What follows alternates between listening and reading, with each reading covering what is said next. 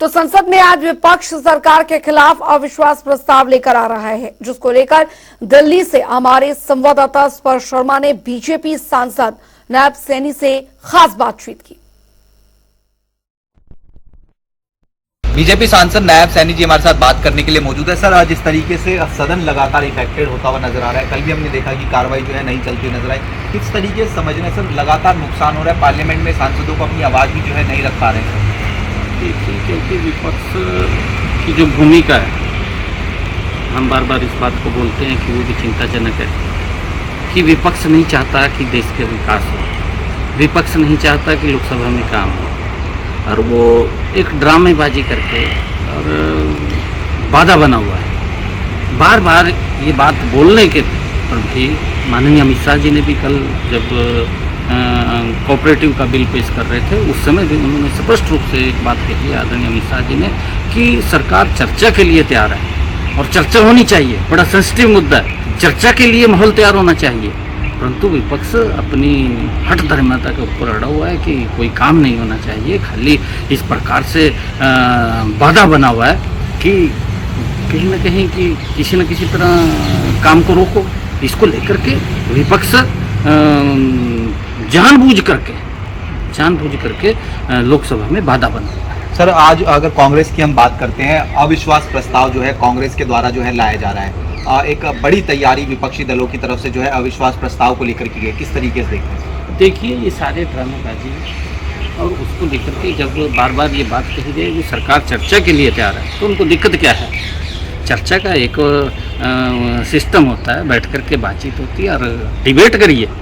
खाली आप मणिपुर के ऊपर डिबेट मत करिए, आप वेस्ट बंगाल पे भी करिए, आप दिल्ली पे भी करिए, आप राजस्थान पे भी करिए, करनी चाहिए। बार बार जब इस बात को लेकर के बोला जा रहा है कि सरकार चर्चा के लिए तैयार है, आदरणीय प्रधानमंत्री जी ने सभी मुख्यमंत्रियों को इस बात के लिए कहा कि आप अपने राज्य के अंदर सख्त कानून बनाइए और इस प्रकार की घटनाएं जो महिलाओं के प्रति हो रही नहीं होनी चाहिए, इससे बड़ी पीड़ा होती है।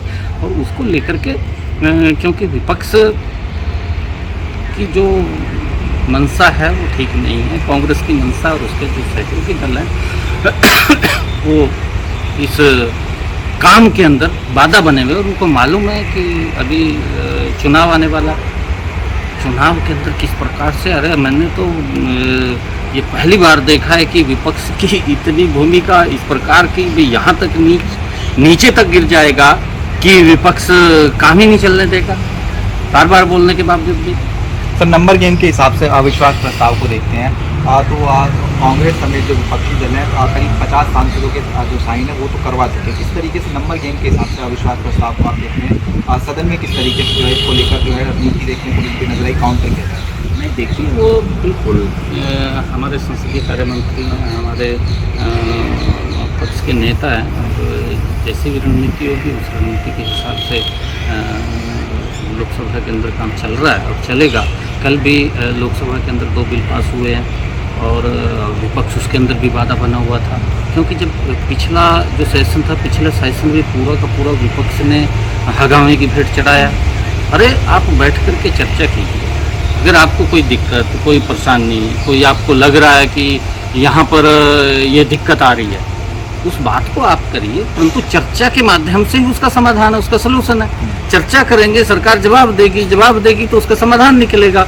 परंतु सरकार बोल रही है कि चर्चा करें और कांग्रेस और उसके सहयोगी दल बोलते हैं कि हम चर्चा के लिए तैयार नहीं है, हम हंगामा करेंगे। कर लीजिए हंगामा, क्या उसके अंदर बनता है? उनकी जो मंशा है देश की जनता देख रही है और उनको 2024 के अंदर ऐसा सबक सिखाएगी कि विपक्ष में बैठने के लायक भी लोग नहीं रहेंगे। चलो सर, बहुत बहुत शुक्रिया। तो ये बीजेपी सांसद नायब सिंह सैनी जी थे, तमाम मसलों को लेकर जनता टीवी से खास बातचीत कर रहे थे। कैमरामैन दीपक चौहान के साथ स्पर्श शर्मा, जनता टीवी, दिल्ली। तो बीजेपी सांसद नायब सैनी से खास बातचीत और मणिपुर को लेकर, जो मणिपुर में हिंसा हुई है उसको लेकर जो हंगामा सदन के भीतर हो रहा है उसको लेकर उन्होंने इसे ड्रामेबाजी बताया है और कहा है कि अविश्वास प्रस्ताव सिर्फ और सिर्फ विपक्षी ड्रामेबाजी है।